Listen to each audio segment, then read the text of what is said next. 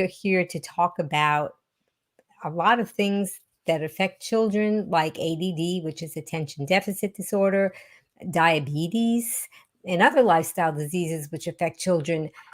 Now, we're not here to give medical advice. We just want to raise awareness of these foodborne illnesses in children and get the word out that these diseases can be prevented and oftentimes reversed by adopting a whole food plant-based diet. Not everybody that's watching may be familiar with what a whole food plant-based diet is, and we'll talk a little bit about that too. And I thought that it would be a good time to start off with our true or false game. It's time for True or False on Be Green with Amy Live. Answer true or false to Amy's questions in the comments below, and Amy will ask our guest for the expert answer. Okay, the first question is, get ready, Green Warriors, true or false? Type in your answer. The percentage of obese kids in the U.S. is 19.7% obese age 2 to 19 years. Okay, type in the comments what's your guess, and Meryl's going to give us the answer. Go ahead. Now? Yep. It's true. Children in the U.S. between the ages of 2 and 19 years old, almost 20% of them are obese. And there's a whole nother section that is just plain overweight. Oh my goodness. Yeah. And we have Maya on, and she said yes or higher. Yeah. And she also wanted to give a shout out and say warm hugs to both of us. Hi, Maya. Thanks for the warm hugs. And I'll tell you, it even varies on which part of the country you're in, the percentage of obese children. So if you're in the South, it might look a little higher. If you're in communities of color, it might look a little higher. Yeah. Obesity is a real problem in the pediatric population. It really is. And you have been in the healthcare industry for many decades. Yeah, 30 years. Yeah. So you have seen a lot of the changes that have been happening as far as children's health and, of course, the obesity. Yeah. It's appalling. It really is. Yeah. Right. So there's another true or false I wanted to do because it kind of had to do with the obesity. And that is true or false. Children with high body mass index, that's BMI, are less likely to be able to recognize fast food logos. So, Green Warriors, type in your answer, and we're going to let Meryl give the answer there. Go ahead. Well, that would be false. Children with higher body mass indexes, according to at least one study that was done, were more likely to be able to recognize fast food logos, even if they couldn't yet read. So they could tell, that's a McDonald's, that has chicken nuggets and French fries. That is a Burger King. It has whatever those things Burger King has, because I don't know. That's a Popeyes. It has fried chicken and biscuits.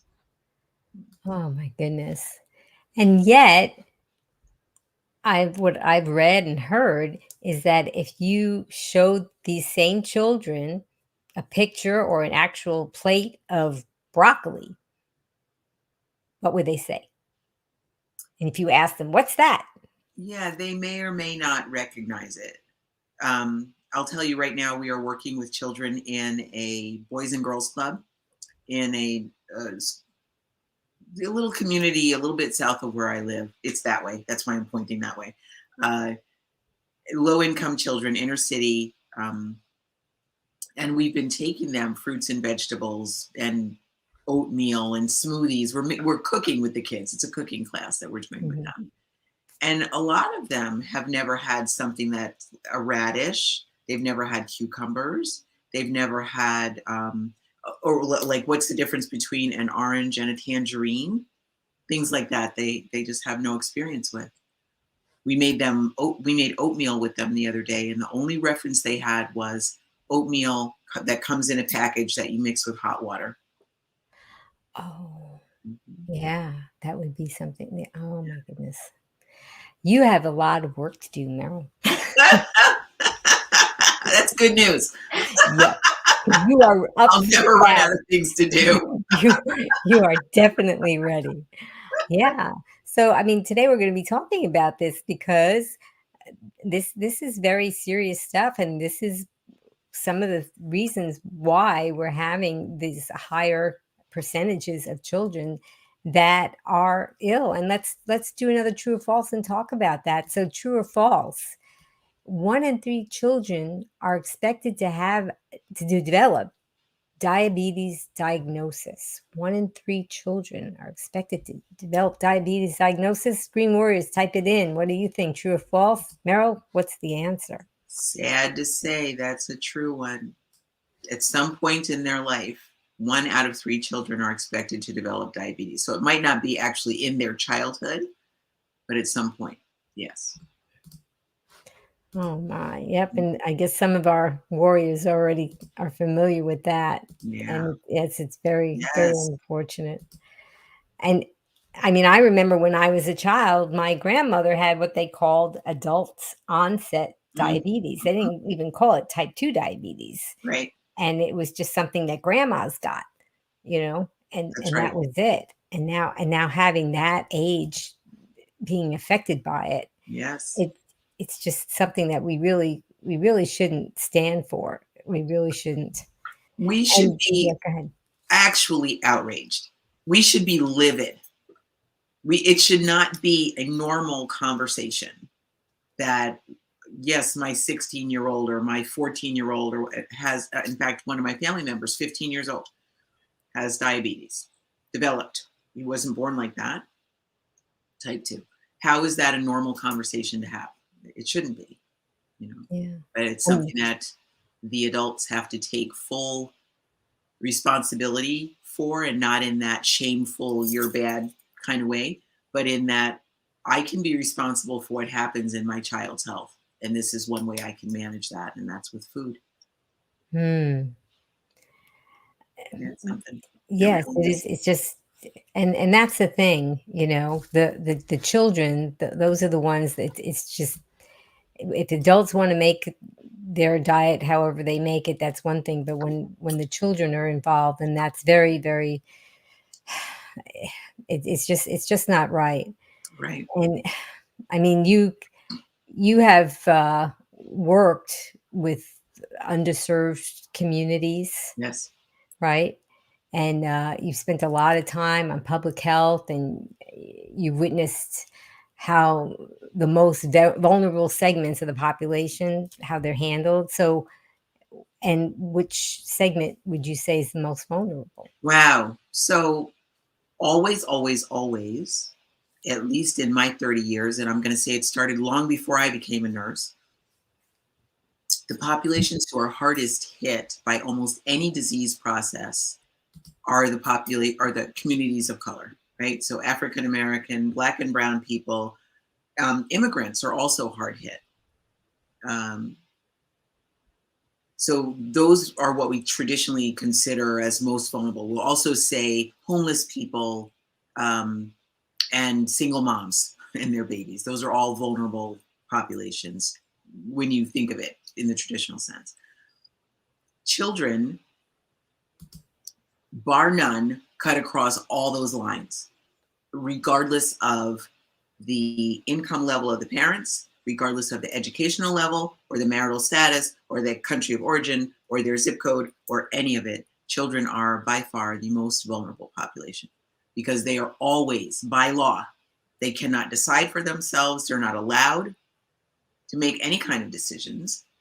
And so they are always at the mercy of the adults in the environment. And that's, good, because you can't leave a 5-year-old out to fend them for themselves, right? That's a good thing.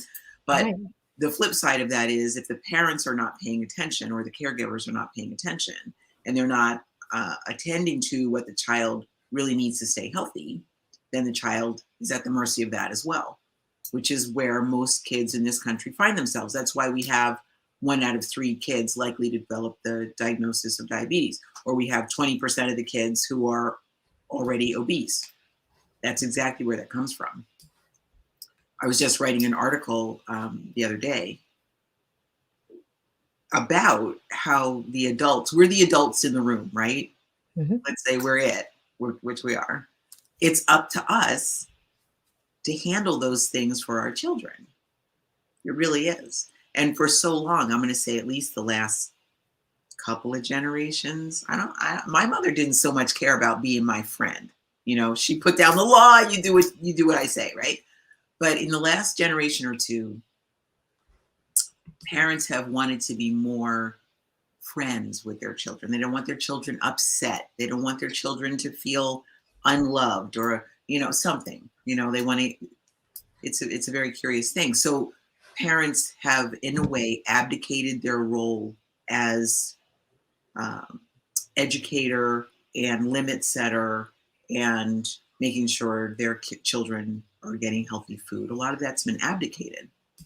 So the children wind up running crazy, doing all kinds of things they have no business doing, and eating a very poor diet as a result. Right. And then of course some of the families are not together, so there's a lot of guilt There where is and that. competition between the parents or who's going to be your friend more than the The other favorite. parent. And And then the work schedule, right?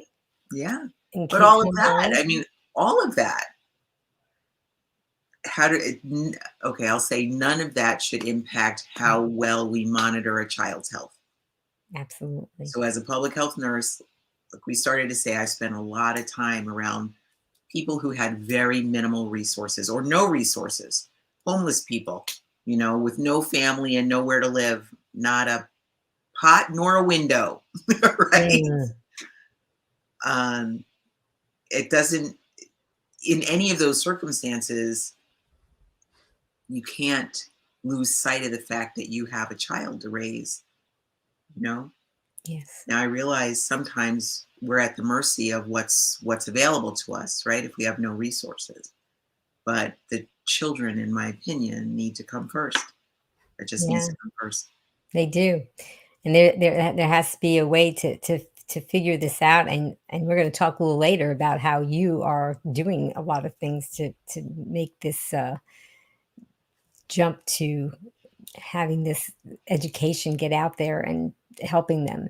I have another true or false question, and that is Green Warriors, the percentage of children and adolescents who consume only any fruit on a given day increases with the child's age. Hmm, that's an interesting one. True or false? And Meryl, what do you say? Sadly, that's false. Yeah. Uh, no, no. The standard American diet does not include fruit or vegetables to any degree. And as the child gets older, their intake of fruits and vegetables tends to decline.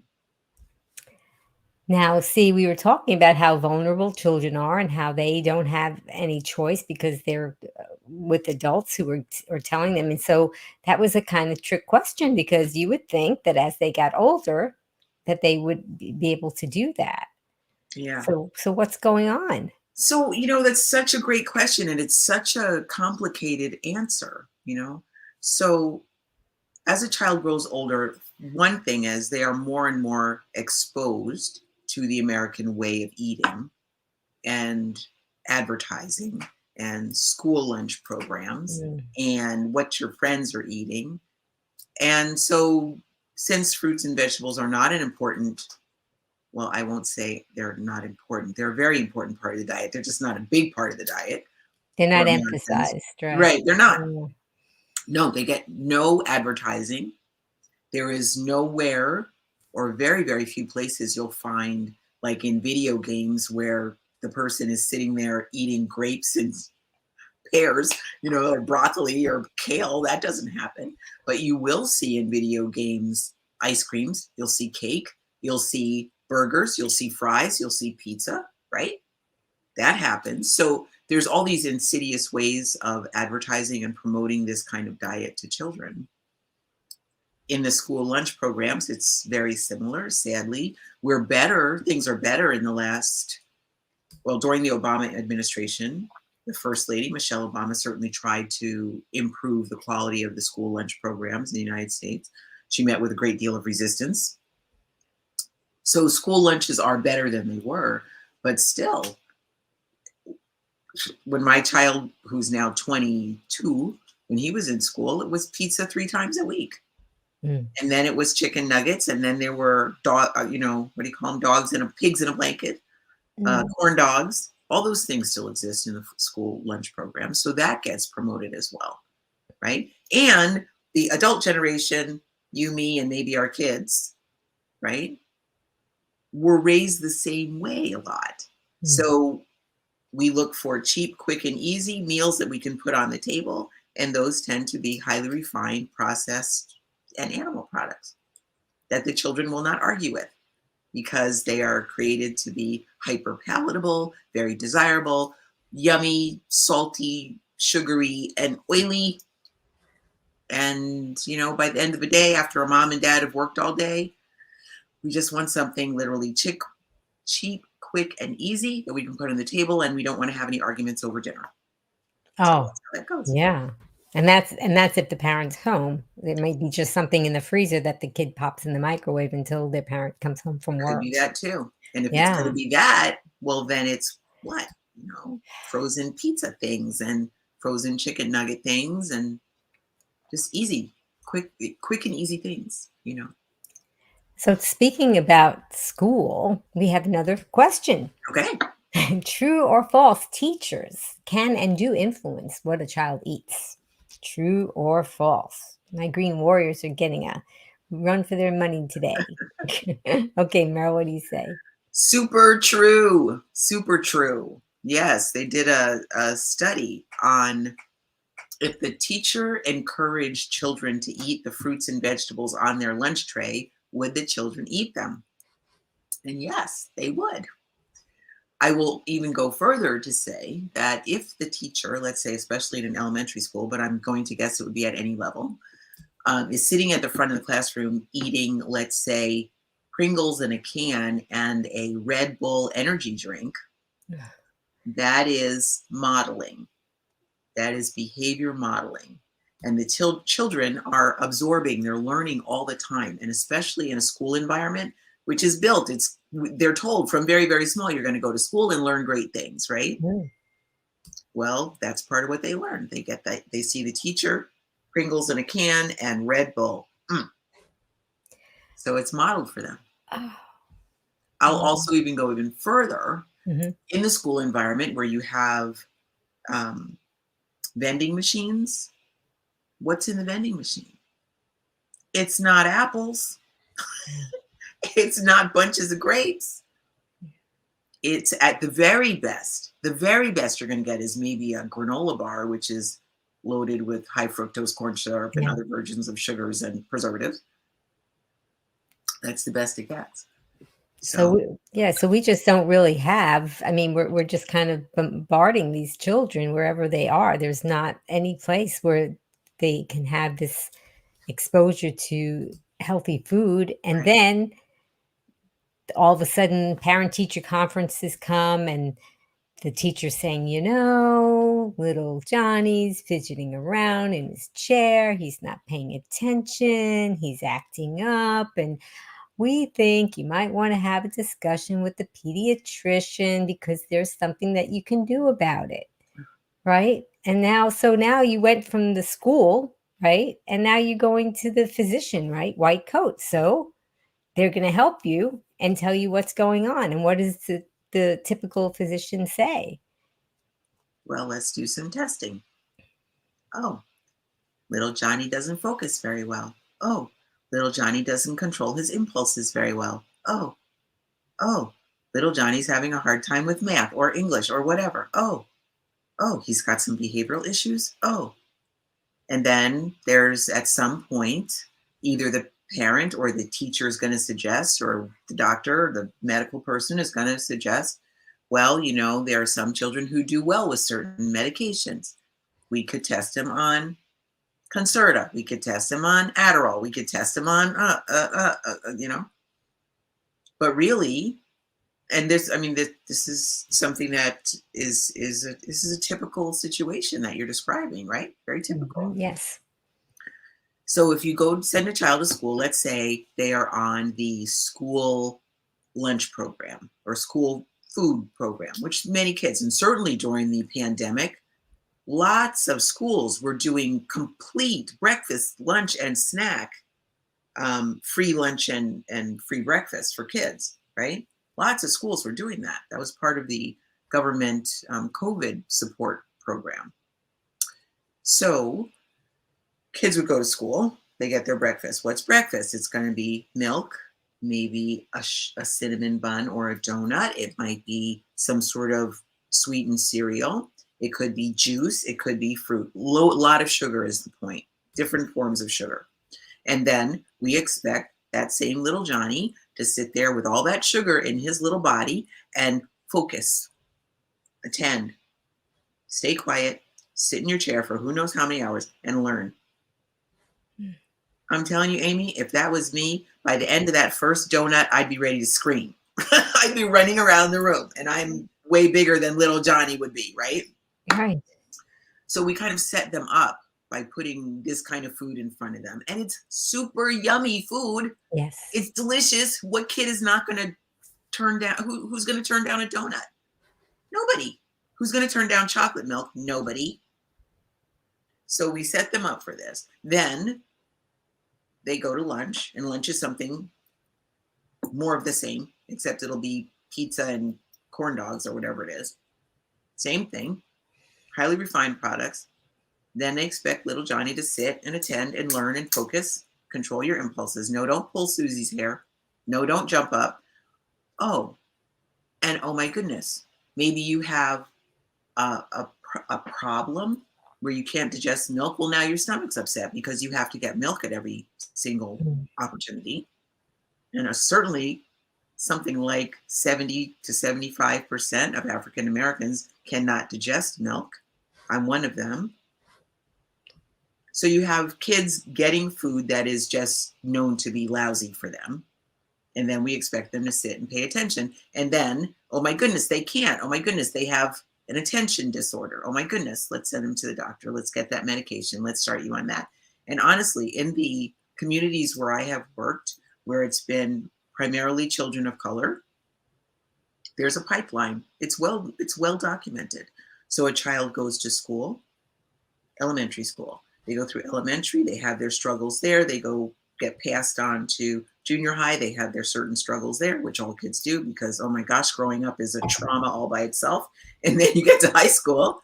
And a lot of these children wind up going from high school straight to jail. And that is the pipeline. It's amazing. It is horrifying and amazing. And the food does not help. Oh, this is just so sad. And then we haven't even touched upon how also the child could be developing type 2 diabetes at the same time, right? Yes. So true. So while we're giving them all this terrible food that the body can't really process, it's good for calories. And let me say that at least having lousy food is better than having no food at all, right? So let me put in just a little word of gratitude. At least the children are getting fed something. Yeah, because Maya was saying little Johnny used to come to my classroom on an empty stomach. Yes, Yeah. that does happen. It certainly does. It certainly does. So we have to say a little word of gratitude that they're getting something. Mm-hmm. But if they're getting food that doesn't support their growth and development and their learning, and it's adding extra calories without any real nutrition, this is where you wind up with kids gaining more and more weight. A lot of the food is higher in fat. So it's adding to their fat stores. And that's where they start developing the type 2 diabetes and insulin resistance and all that fun stuff.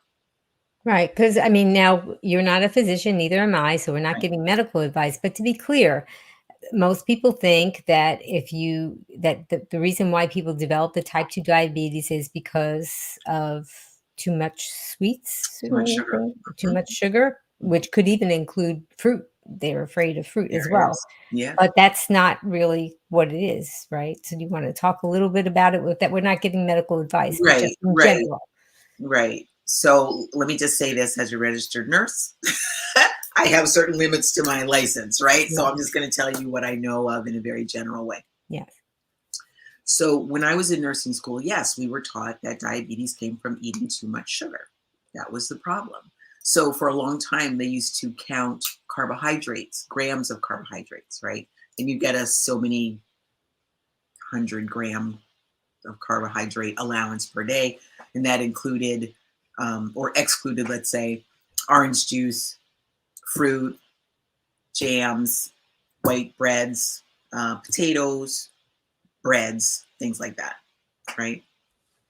And people would spend a lot of time trying to learn how to count carbs to very little avail because it's a little bit challenging and it doesn't really work.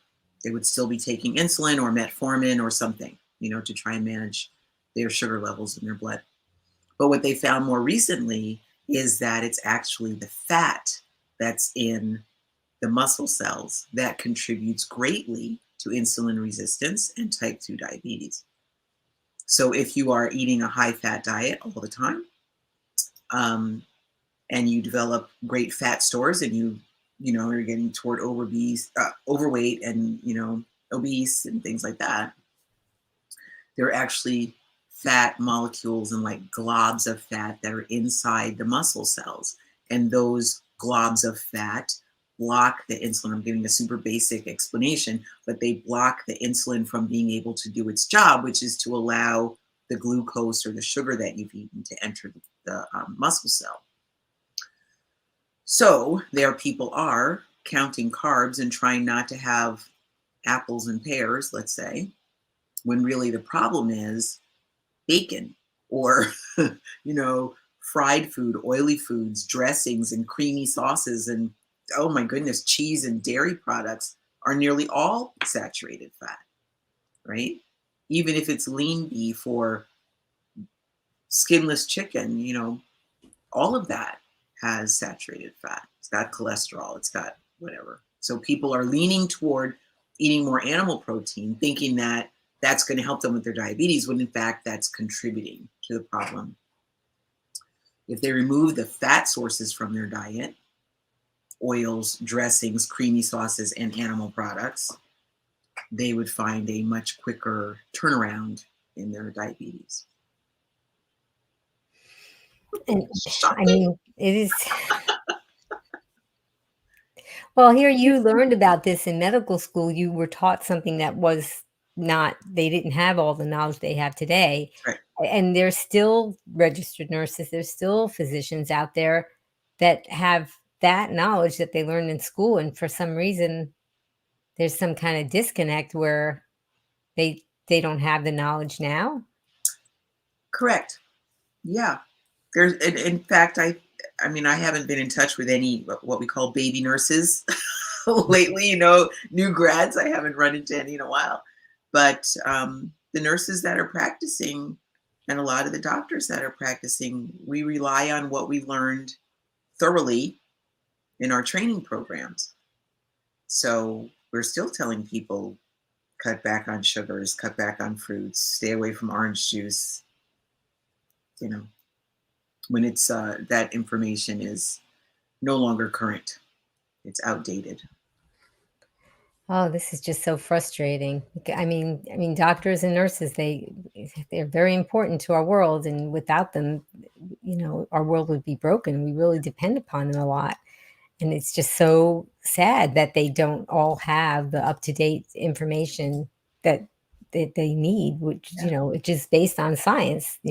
So, Well, you had Dr. Clapper on your yes. podcast once, right? Yes. He's got an amazing initiative that he's working on about moving medicine forward, right? Mhm. Where Yes. he's trying to get into medical schools to get this information.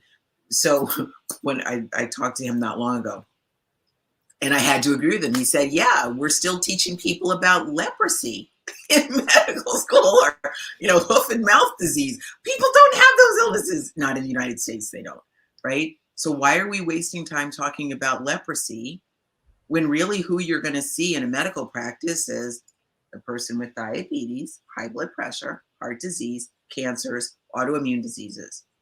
That's what you're going to see, right? Those are the ones, those are the illnesses that we need to be teaching our current medical students and nursing students how to manage and how to eradicate, how to prevent, how to reverse. But that is not what's being taught.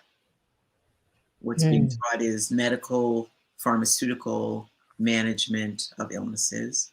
Nursing is a particular, it's got its own specific set of, I don't know how you call that. It's not medicine, right? Nursing is separate from medicine. Nursing is about caring and taking care of people that way. Right. But we still have at least a couple classes, at least, on pharmaceuticals and how to deal with pharmaceuticals. We do not have anything required about nutrition, or if you do, it's only one class. Doctors get maybe 4 hours for training in nutrition, and that's been a complaint since 1950 something. So, Mm. yeah. Yeah, there's a lot of work to be done. Absolutely.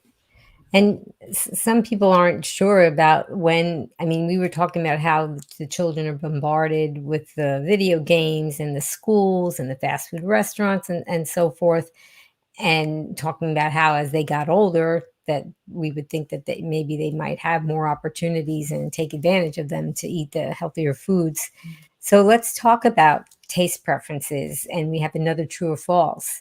Sure. A child's taste preferences can be shaped before they are born. Hmm, that's an interesting one. Green Warriors, what do you think? And Meryl, let's hear the answer. That is absolutely true. Absolutely true. They've done studies where they looked at the child in utero and its reactions to different scents and flavors in the amniotic fluid. They found that the children would react to different flavors once the mom ate certain strongly flavored foods. The child would react. They also did another one where the mom would eat something like caraway or garlic, and they would withdraw amniotic fluid with a syringe, right? While she's a pregnant woman, right? Withdraw amniotic fluid. And then they had adults. Okay, so they would put the fluid into a test tube and put these test tubes up on a rack. And then adults in the room would smell and see if they could detect an odor of the amniotic fluid. And 100% of the time, people were able to detect scents like garlic and caraway, cinnamon, things like that.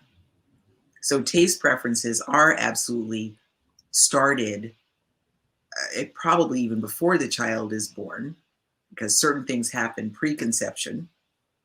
But certainly while the child is in utero and developing, taste preferences are being created. It goes even further once the child is born, then, if the mom does breastfeed. Breast milk is absolutely flavored by what the mom eats. So that's another way to do it. To tell you a funny story. So I was talking to a lady who is a dietitian, originally trained in India. She learned her craft and her specialty with great deep education in Ayurvedic medicine, right? In Ayurveda, they teach the mom, or they feed the pregnant mom certain foods at certain times. This is very ancient traditions, right? For keeping people healthy. Amazing stuff. Absolutely beautiful practices in Ayurvedic medicine.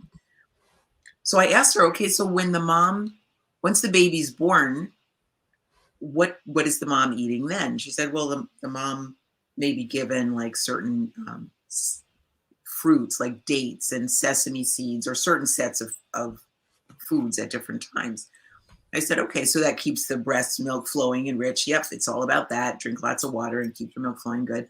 I said, okay, so what happens when the baby's taking the first solid foods? What does the baby eat? Because here in America, what do we give our kids? First food is Oh, rice.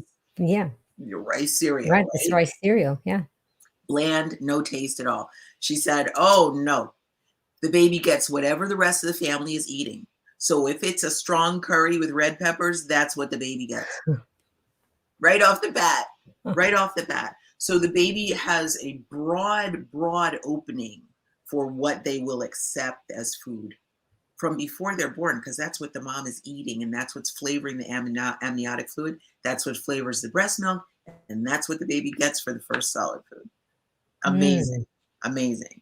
But now you look at the flip side of that, Americans, we're giving our babies rice cereal. Mm-hmm. Mm. Yeah. And then the next one, maybe, what's that going to be? Some kind Maybe of vegetable or something. vegetable, maybe if Plant, you're lucky, like a baby food jar of some right? kind of a mild carrot kind of thing or Carrots, something. maybe sweet potatoes. You get your Yeah, green peas in there. Then it's going to be applesauce and peaches and that kind of stuff. It's all highly pureed and it's all made by Gerber. yeah. So it all has that processed Mm, taste, yes. right? And then you go a little bit further. Then by age 1, you're going to have your first cupcake because that's what happens at birthday time. Yeah. And right after that, it's going to be chicken nuggets and French fries because that's what happens next. And then you go to school. And by then, the child's taste preferences are so refined, so Mm, defined, so interact. It's amazing. It is amazing. So if you can get a kid to start eating, I don't know, what do you want? What, quinoa and peaches, or some sort of chickpea curry? Anytime after that, good luck. The odds are stacked against the child the way we do it. wow. This is really good information, but that doesn't mean that it's too late Oh, not at all. for the 10-year-old who has, attention deficit disorder or who is starting to get pre-diabetes or what have. It's not too late, right? Not at all. Not at all. And thanks for saying that. Not at all. Again, we're the adults in the room. So it would be up to us to make sure we're introducing healthy foods all the time. Every chance you get. Every chance. Every chance. So introduce radishes, cucumbers with lemon, ants on a log. Introduce these things, and know that children, around age 2 or so, they have what they call neophobia. So anything that's too new or too weird, I never had that before, it's a different texture, I don't like, they may reject. It can take up to 15 times of offering something to the child before they'll accept it. Don't take it like, oh, he doesn't like that, I'm never giving him that again. Don't do that. Just keep offering. Keep offering. It is rare that the child will allow themselves to starve. They will eat what food you give them. Yeah, that's what they say. Hunger is the best sauce. Yes. I like that. Yeah. Well, I'm now one of the things that a lot of parents are being told by, and we talked about the lack of the nutrition education, but the Mhm. doctors are saying, okay, which always makes me feel like this is so twisted. They I guess now they're better at promoting breastfeeding, but for at least when I was having kids, it wasn't being promoted very much, and a Mhm. lot of people frowned upon it, especially if you're trying to do it in public, and the bottle and the formula. Right. So it was all this, just get the formula, it's fine. And then, if you don't have the money, we'll give you some, Yep. funding to get it, and we'll give you free stuff. And then and they tell you whatever you do, at least for the first year, don't give your child cow's milk because it will be bad. You'll probably have projectile vomiting and all kinds of horrible things will happen to your child. So please never, never do that. And then once the child's a year old, then by all means, you can start introducing uh, animal milk, cow's milk. Right. So, and it's like it's okay to do that, but when you're talking about breastfeeding, it's not pushed and promoted as much. Yeah. So, which leads me, and you can comment about that too, but it does lead me to our next true or false question, Sure. which is true or false. People started drinking animal milk within the last 400 years. Well, humans have been around a lot longer than that. So, Green Warriors, what do you think? True or false? Okay, Meryl, tell us. Well, that is one of the most interesting things I've learned in the course of studying child nutrition. That is false. People started drinking animal milk. There's actually indications that they were drinking animal milk, cow milk, goat milk, even donkey milk, horse milk, as far back as the ancient Egyptian times. That's it's amazing, and you have to wonder, like, why? Why would they do that? So, at least for one reason, if a mom died in childbirth. They would have to have something to feed this infant, right? They're not just gonna, okay, mom died, well, baby can die too, right? Yeah. That's not typical human behavior. So if the mom dies, they have to feed the baby something. And they turned to animal milk as a way to feed the babies that survived. And that's kind of where it started. Yeah. Yeah. So, I mean, that is something that's important. You want to help keep that baby alive if there's not another option. And they didn't, of course, they didn't have formula. So this Right. has been embedded in us as humans for Yeah. quite a long time. Yeah. And now we're talking about perhaps if you or know somebody or have a child that has things like ADD or type 2 diabetes and these different types of illnesses, that it's probably best, and we're not giving medical advice, but it's probably best for you to explore eliminating dairy from their diet. But this Yeah. is just such a something that it's embedded in us. So we'll talk about that. Yeah. So let me just go back to if the mom dies in childbirth and we have to feed the baby something, there was always, for a long time anyway, there was the option of finding a wet nurse, a woman who had just delivered a baby herself and who was producing milk, who was lactating, right? That would be first choice.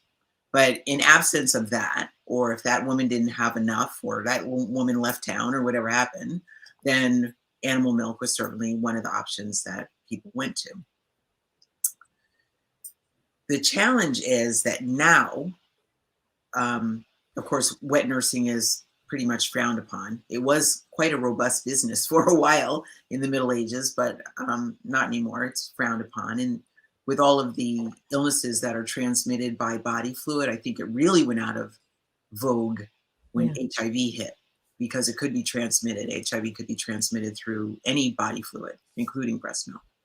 So they don't, I mean, you'd have to really kind of hunt around and do your due diligence to find a human breast milk bank somewhere that you could access if you wanted to feed a child breast milk. Okay, so let's say you get your child to 1 year old and you actually started feeding them cow's milk because that's what the pediatrician says, right? Yep, feed them cow's milk. That's what the USDA says. That's what we're recommended to do. It does cause problems for some kids. It really does. So we already mentioned that the majority, let's say 75 or so percent of African Americans can't digest animal milk. I think That it's they may not know it. well, yeah, usually it's you just get an upset stomach after, or you get sick in some other way. I wind up getting upper respiratory Right. But they symptoms. may not be making the You may connection. not make the connection, Yeah. right? Because of course you're told that you need to drink it. Mm, That's the only way you're going to have healthy bones, right? Is if you mm. drink milk. And there's lots of advertising that says that. Got milk? Where's your milk mustache? Right? Milk does a body good. All those things. So there's that.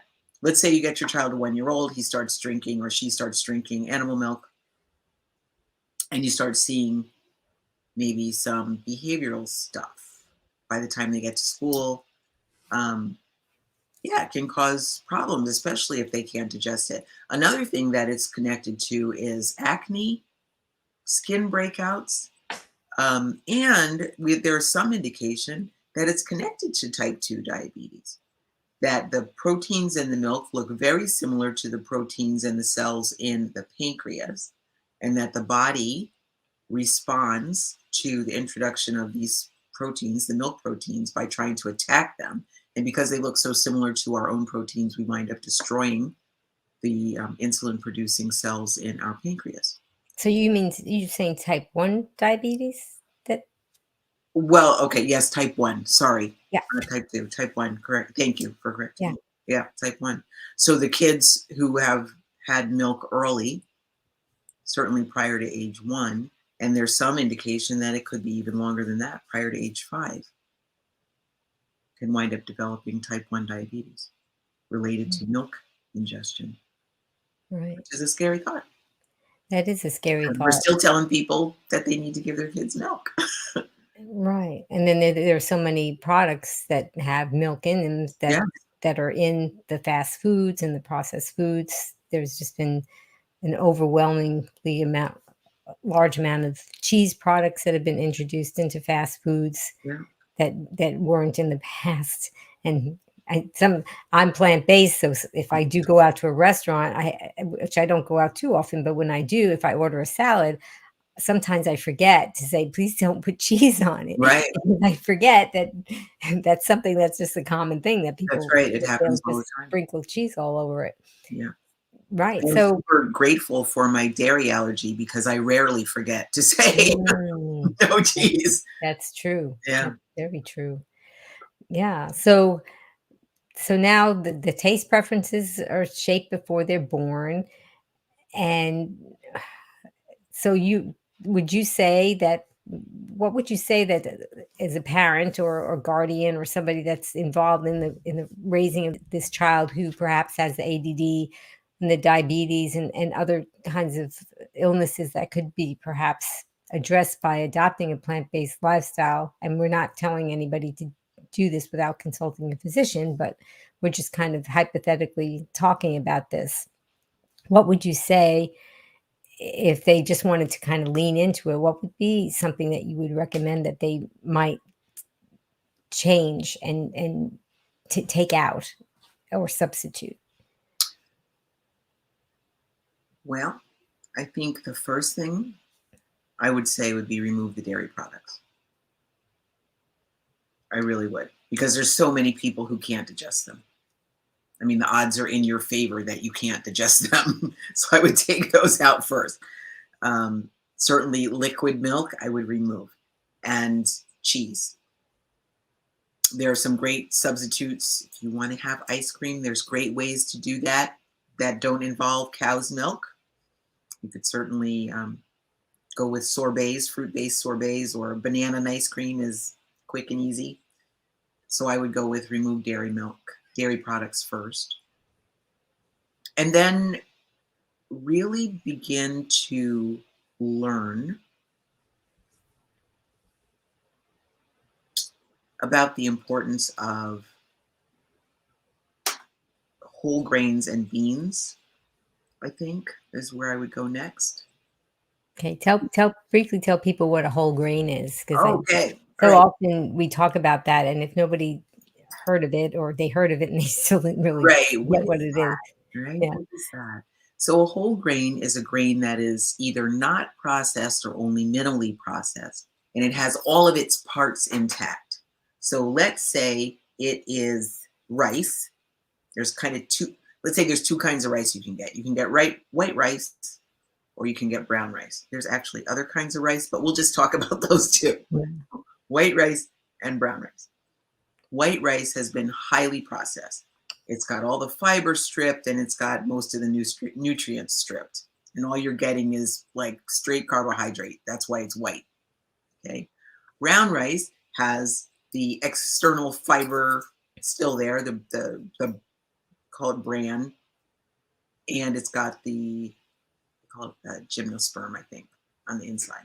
So you're getting as much of the nutrients from that rice as well as fiber as you can get. White rice has very little to offer by way of nutrient.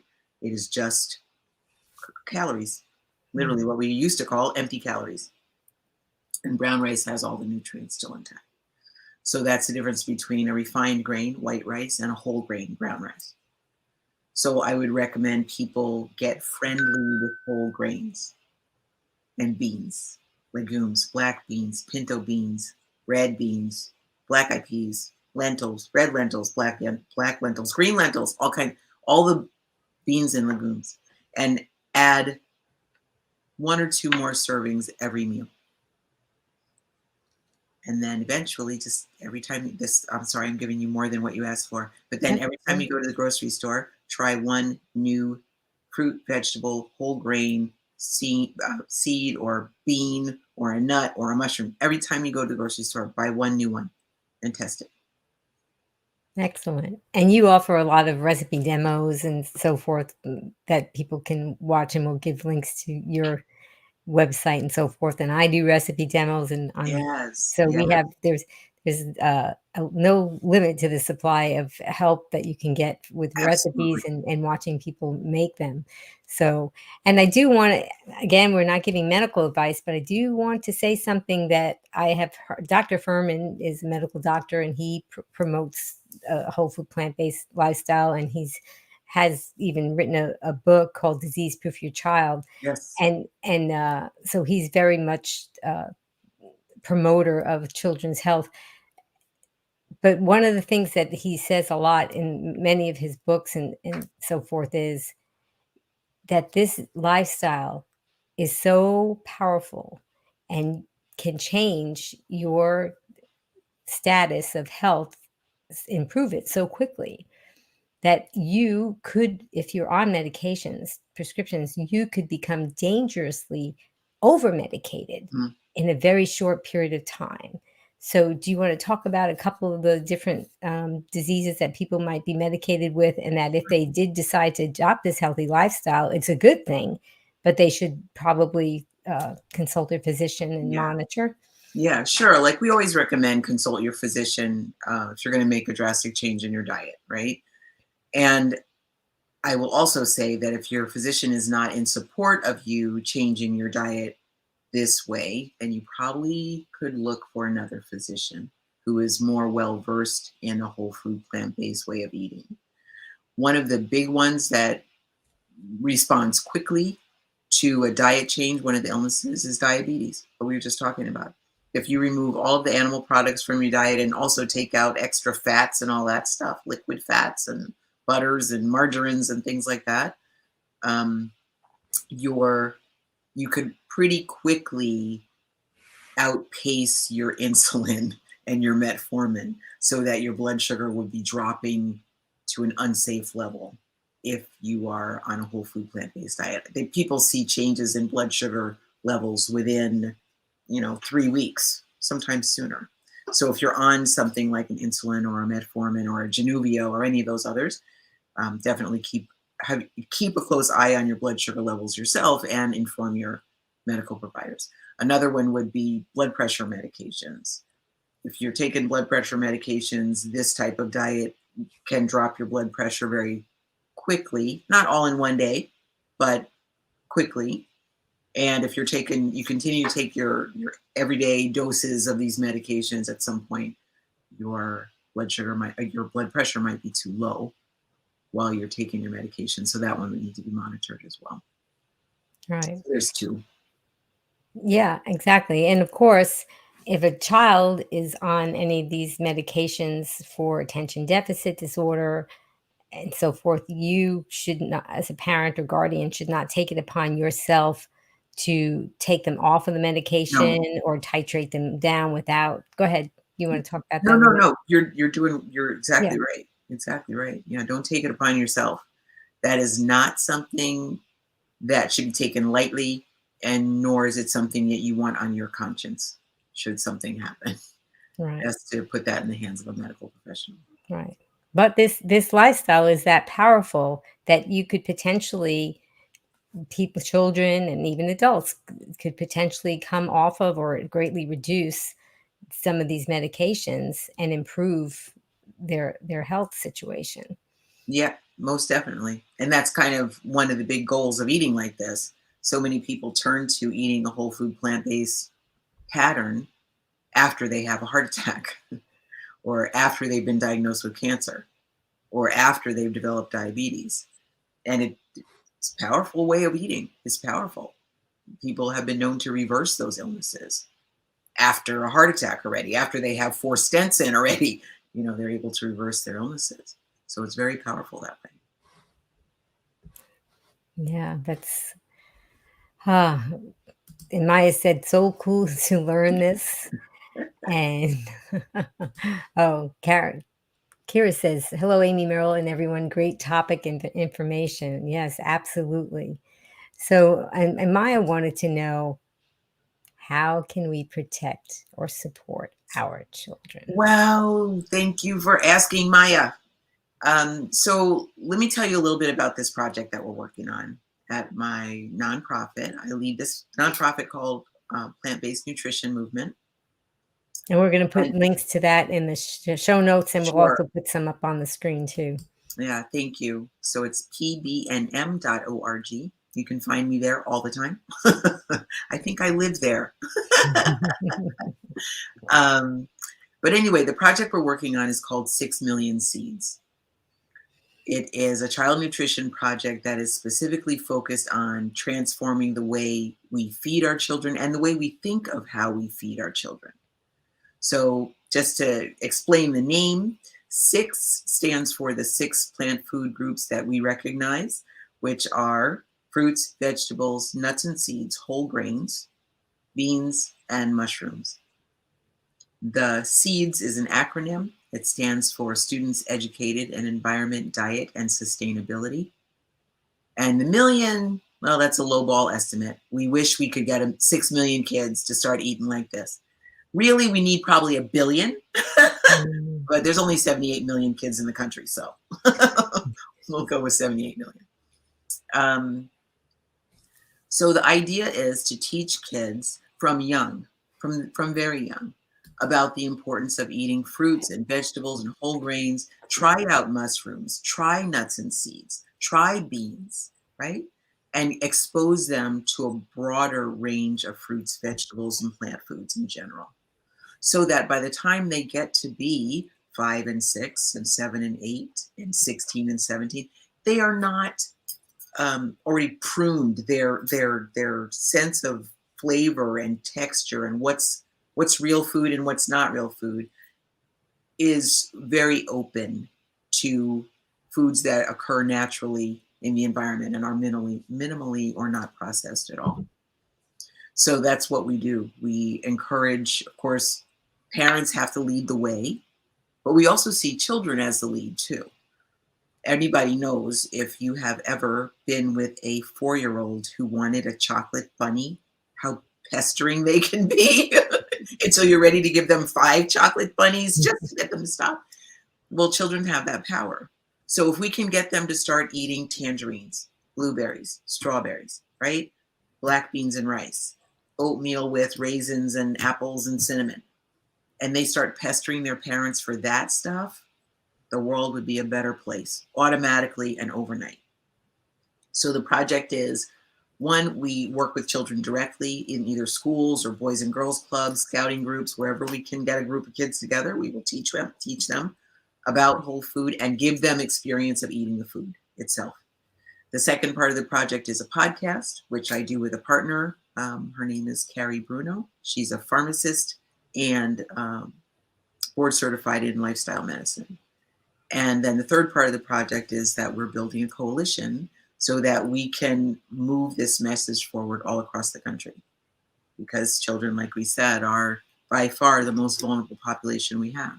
And that's all over the country, in fact, all over the world. And it doesn't matter how well educated the parents are, or where you live, or what color your skin is, what religion you are, it doesn't matter. Everyone is impacted by the same advertising and the same poor diet. So we're on a mission to change that. Wow. Well, that is nice to know that there are people out there like you that are fighting this battle for us, because as we talked earlier, they are the most vulnerable. Children are the most vulnerable, but they're very powerful. Yes.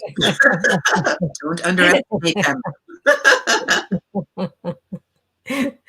Yeah, that's I saw a meme recently, and it said, "Save the wrappers so you can look up the chemicals that caused your kids' behavioral problems." Oh, goodness.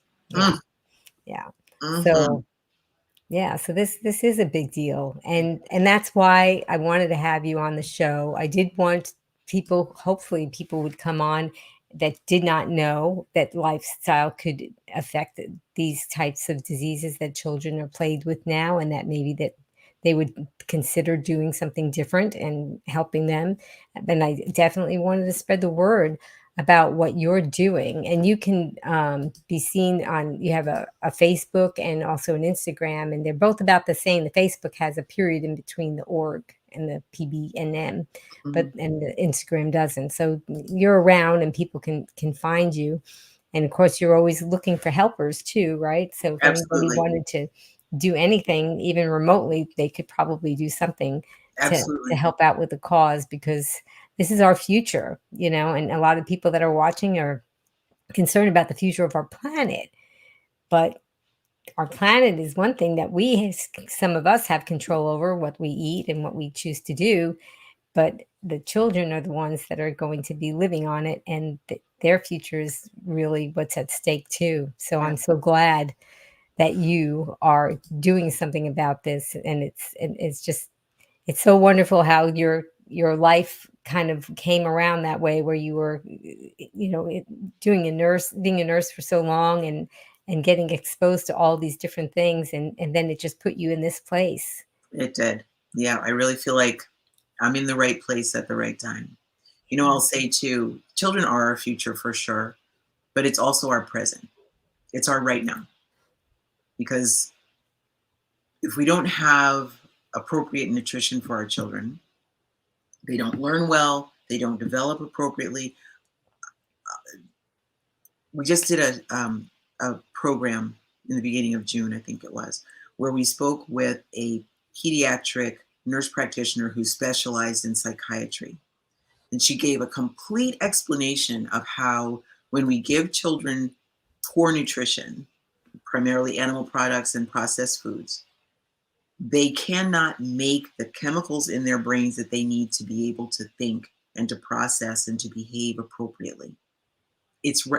And this is on a daily basis. So what they do is the human body is amazing, right? So it'll take what chemicals we give it and make counterfeit neurochemicals, counterfeit neurotransmitters. And there's the child trying to do what we ask them to do, trying to learn, attend, focus, but they don't have the basic software, the basic chemical development to do what we're asking them to do. So it affects them right now, every day. Every day we don't feed them appropriately, it is affecting them right now. Well, yeah. And there's one more topic that I wanted to touch upon, because some people say that eating a whole food plant-based diet is expensive, right? And even Jessie T, she said, "Are there any tips for raising plant-based children on a budget?" So let's just kind of talk about that a little bit too. Sure. Okay. I'm going to give you sort of the snappy answer, and then I'll go back and give you a. It's kind of like more when you useful get your answer. protein, right? You're like, I got to give you the snappy answer. Here's the snappy answer. Okay.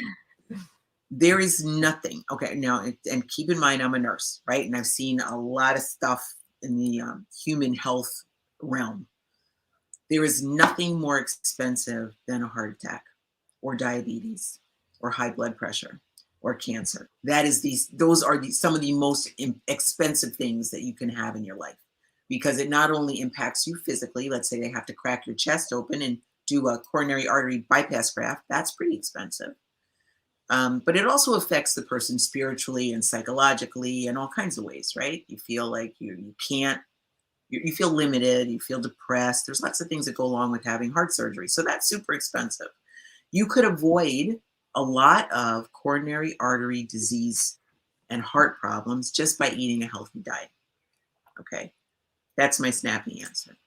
It's also way less expensive to eat beans and rice and fruits and vegetables and nuts and seeds than it is to deal with taking insulin every day with all your needles and your sharps and your checking, and you're going to the doctor every 3 months and things like that. Super expensive. Okay, now the real answer to your question, right?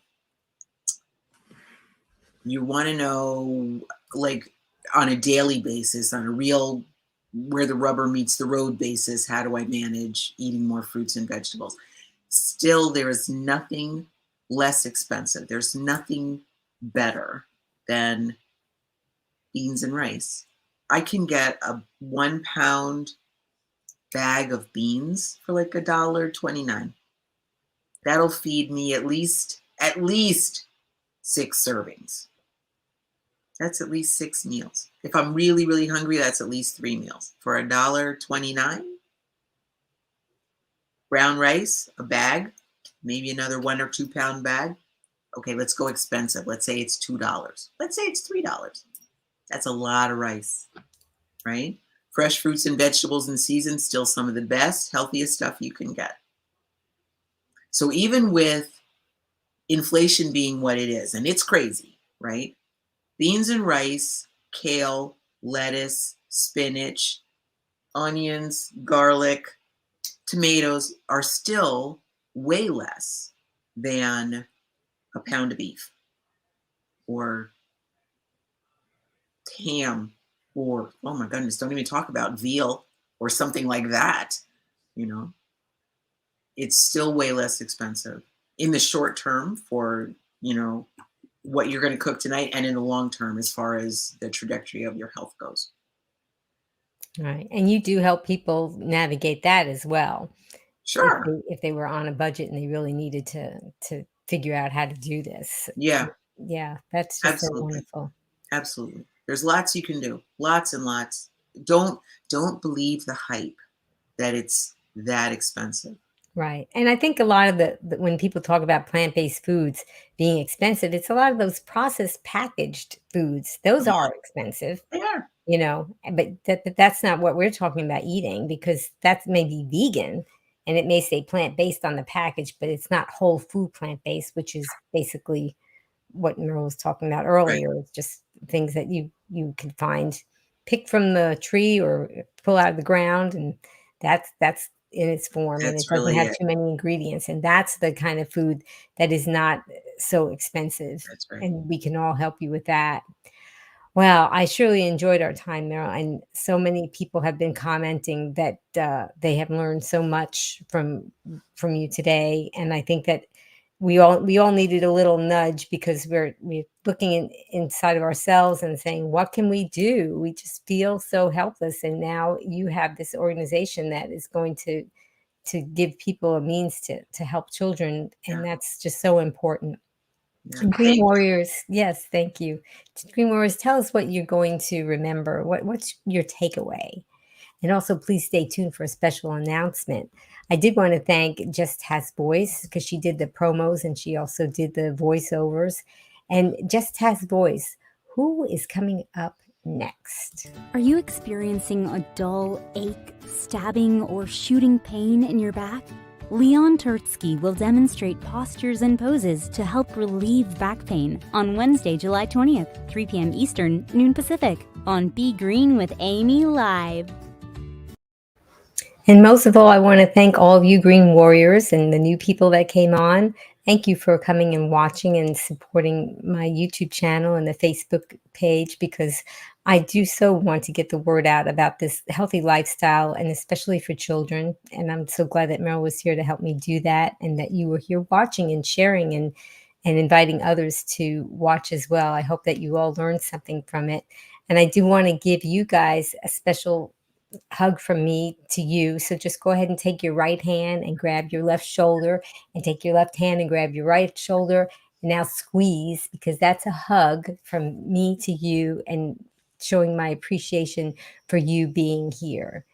And Green Warriors, if you could join us in our sign off that I do with Meryl, and that's, you can just type it in the comments. And Meryl, are you ready? I'm ready. Okay. Well, until I see all of you again, please remember, be strong, be well, and be green. Bye, everyone. Bye-bye.